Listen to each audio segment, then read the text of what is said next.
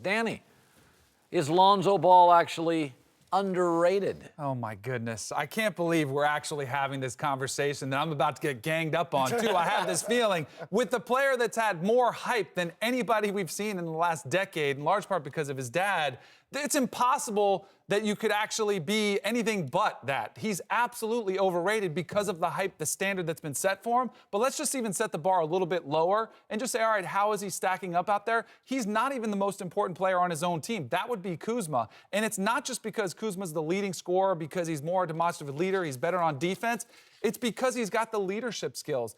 Have you ever seen Lonzo call out his teammates the way Kuzma just did? No. Isn't he supposed to be this effervescent, changing player, culture-changing player? When was the last time he did anything except walk away from his players while they're scrapping and he's going the other way, showing like he could care less? You have a player who can't play defense and can't shoot. That, to me, is some pretty significant issues for a player that we're supposed to be hyping up as the next Magic Johnson. Okay. That is insanity to me. He was a football and baseball star.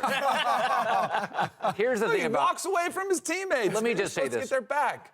He didn't want to get a T. One of the things I've always loved about LeBron is it's not about scoring. And most basketball fans just glom onto scoring. You know, Magic wasn't much of a scorer for many years. But scoring in basketball is the ultimate, at the gym, I got game. Lonzo's game is he'll never be a 22-point-a-game guy. He's not a fantastic athlete. He does the little things so well. His vision, his length, he's a good teammate. Look at Kuzma's numbers since Lonzo has left. Now, Kuzma's a better athlete. He is not the same player because he's not getting the same shots. Kuzma said after the game, he goes, we're now selfish. I said this when Lonzo came into the league. It's great to see his field goal percentage is so far down without Lonzo. He's still shooting a better percentage than Lonzo does on the season. It's so atrocious without Lonzo. No, but Lonzo is going to elevate everybody. We've never thought, when Magic came into this league, we'd never seen a Magic because he wasn't about 29 a game. There were times he scored 9. I just think we don't get what Lonzo brings. And if you've played basketball at the Y or big boy basketball, a guy that's talented that includes you, it rarely happens. Yeah. Lonzo, I sat next to Steve Alford's agent at a UCLA game. He said, Alford said, Lonzo's the only great player that never looked at a stat sheet in his whole career. He's like, you give it to him, you just put it down. He doesn't care about stats. That is so unique. Lonzo is the culture changer. I mean, you see it right now. When Lonzo was playing, they were making the extra pass. Kuzma was getting easier looks. Now, like he said, they're selfish. They're not making the extra pass. And defensively, he's not going to lock a guy down individually, but he's long for a point guard. He's got a little bit of athleticism, certainly has some intuition where he can, get in passing lanes and make steals. He is the most important player on this team. You need Kuzma. You need a 20-point scorer. Kuzma may become 23, 24 points a game one year. But just like Jason Kidd, Lonzo is the guy that changes the culture and will have more of an impact on winning. Kidd in his whole career only averaged 16 or more points 3 times. Wow. His first year in New Jersey, his numbers went down. It was like 14 points, not quite 10 assists, 39% shooting. But he finished second in the MVP award to Tim Duncan because he affected winning. That's what Lonzo. I'll give you props for using effervescent. That was excellent earlier. But again, I'm going to say criminally underrated for Lonzo Ball. Again, people love to focus for some reason on what players cannot do instead of what they can do. What cannot Lonzo do? Well, we know he can't shoot. You guys established that earlier. But what can he do? And Danny, the answer is literally everything else. As you said, reading the passing lanes, second among point guards and blocks behind John Wall. He's a leader. He's going to gloss over that phase of the game. By the way, he's not a terrible defensive He's player. a great rebounder. Yeah. He doesn't turn the ball over. We're talking about a 20-year-old, Danny. We're killing a guy who's been in the league for 2 months. The other thing, Kanell, before we go, he plays better in big games. Lonzo's been great in big games. Yeah. I don't know. Ask the Warriors. Go ask the Warriors. Kuzma's in the loss. Kuzma's the one who had 38 when they beat the Rockets. All right. Danny, should Westbrook do more than, hey, we can win titles?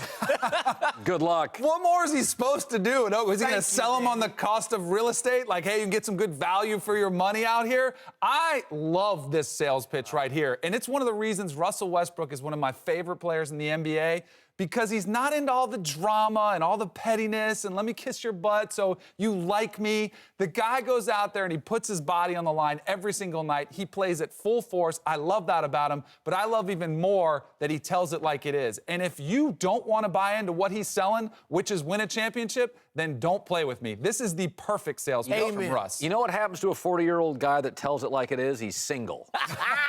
Okay. You want to get along with others? Sometimes you have to be conciliatory and giving and sacrifice and be a little inauthentic. The basketball culture in America, AAU, to Calipari, to Pat Riley, to now star players, is recruiting.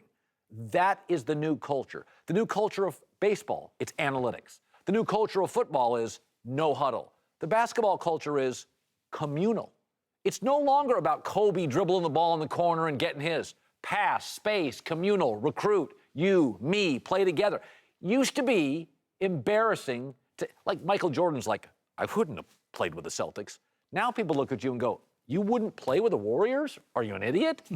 Russell Westbrook's personality is not built for today. He's a 1980 personality in a current NBA. He won't recruit guys. I could not disagree with you more. Look, it's one thing if you don't play with the guy.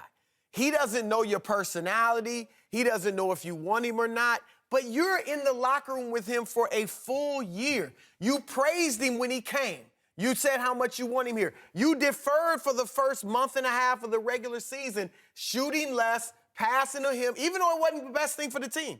You did that. The reports are that they hang out a little. They've really meshed off the court. They play dominoes together. He has to see how much Russ wants him. I mean, you see each other every day. We're friends. We're playing together. We're starting to win. We think we got a shot to win the West. By the way, you guys, I mean, what do you want? You NBA guys told me Russell and Kevin Durant were best friends. They play dominoes together, Colin. I mean, geez, 8 years of dominoes together. Leave him love notes in his locker? Yeah. I mean, what do you want him to do?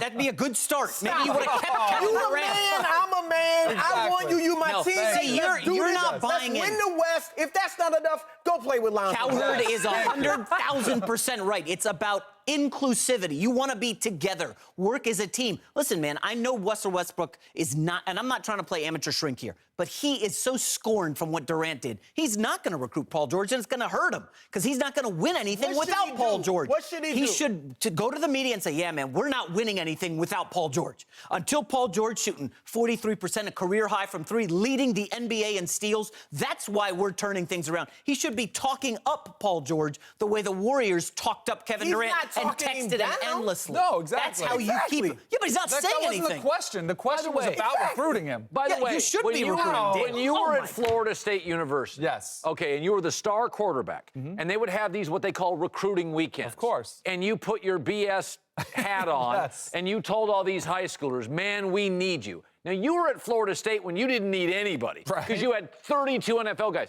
But you told them I needed you. No, you know what I told them? The truth. I let the coaches tell them all the BS and how great it was, how great an experience was. You know what I told the guys that were thinking about coming there? I said, hey, you better watch out for that coach because that's a mean SOB once you get on campus. He might be the nicest guy now. That's why I love this about Russ. He's not giving him any BS. He's saying, this is how it's going to be. And instead of recruiting... Who wants to play with that, Danny? If you don't want to play with him, then get out of there. Instead of recruiting, he should be planning. Let's find another assassin who has our mindset, who wants to win a championship. Did you see where Paul George's parents were last night? Yeah, courtside, all that.